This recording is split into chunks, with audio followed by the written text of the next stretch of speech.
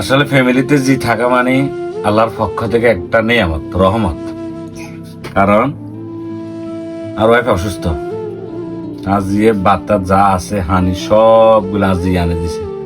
আজির বয়স বেশি হয় না, 10 বছর চলে। ভাত খাবার লাইছি আর ওয়াইফ দিয়েছেন প্রচন্ড মাথা ব্যথা, অসুস্থ আছে, আবার রোজা রাখছে। এখন জিয়ে যা যা আছে তাকে আনে দিছে।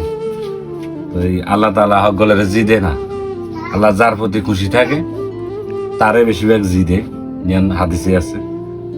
তো যাদের জি আছে হেতেরাই বুঝেন জির প্রতি মায়া মহব্বত কিরকম।